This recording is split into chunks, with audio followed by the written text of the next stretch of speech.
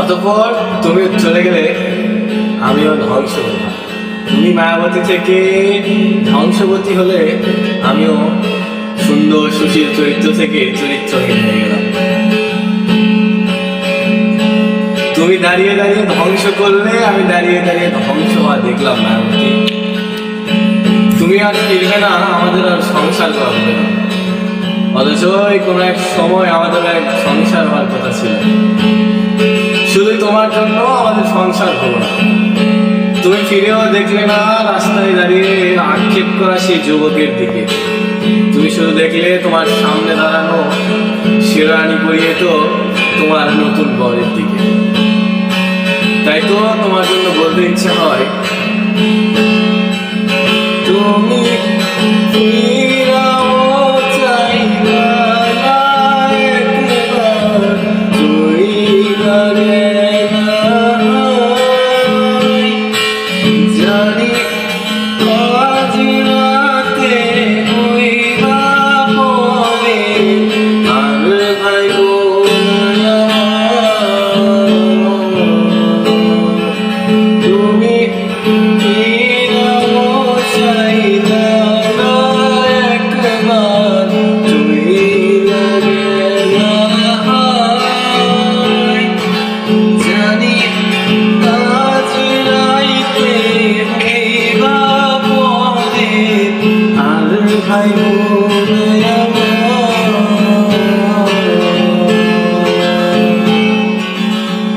তারপর তোমাকে নিয়ে চাঁদনি আলোতে বসে থাকার মুহূর্তগুলো মনে পড়লে বলতে ইচ্ছে হয়, চাঁদের মতো মুক্তি যখন ভাসত নয়ন জলে, আজ কইরা মুইছালি নালে,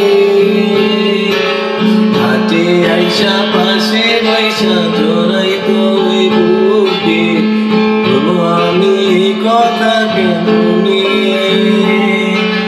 চাঁদের মতো মুক্তি যখন ভাসত নয়ন জলে, আজ কইরা মুইছালি নালে, হাটে আইসা পাশে বৈশা জড়াই কই বুকে, বলো আমি কথা কেমনি। তবে ভালো কেন বাসিলা, স্বপ্ন কেন দেখাইলা, ভালো কেন বাসিলা আমারে,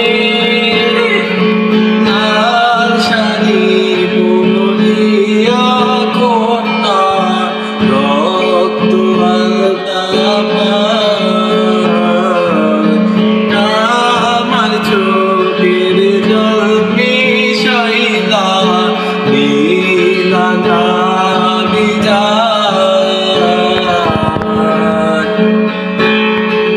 তারপর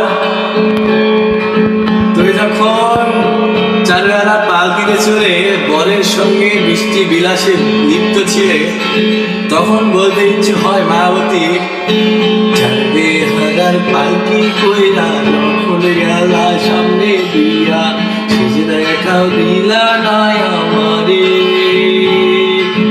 চারবে হাজার পালকি কইরা যখন গেলা সামনে দিয়া, সেজে দেখাও দিলা নাই আমারে। তুমি কান্দিয়া ডাকিবা তবু না পাইবা, কান্দিয়া ডাকিবা আমারে,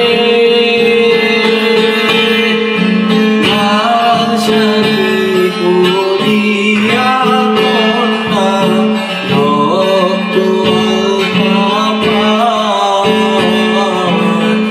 আমার চোখের জল মিশাইলা, নীলা বিনা।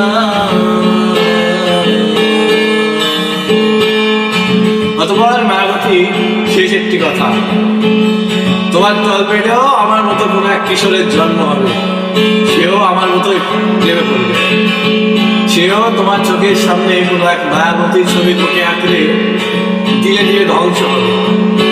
তুমি চোখের সামনে দেখবে, অথচ কিছুই বলার থাকবে না। সেদিন তুমি বুঝবে মায়াবতী একজন ছেলেকে, একজন যুবককে, একজন প্রেমিককে ছেড়ে যাওয়ার কষ্ট কতখানি।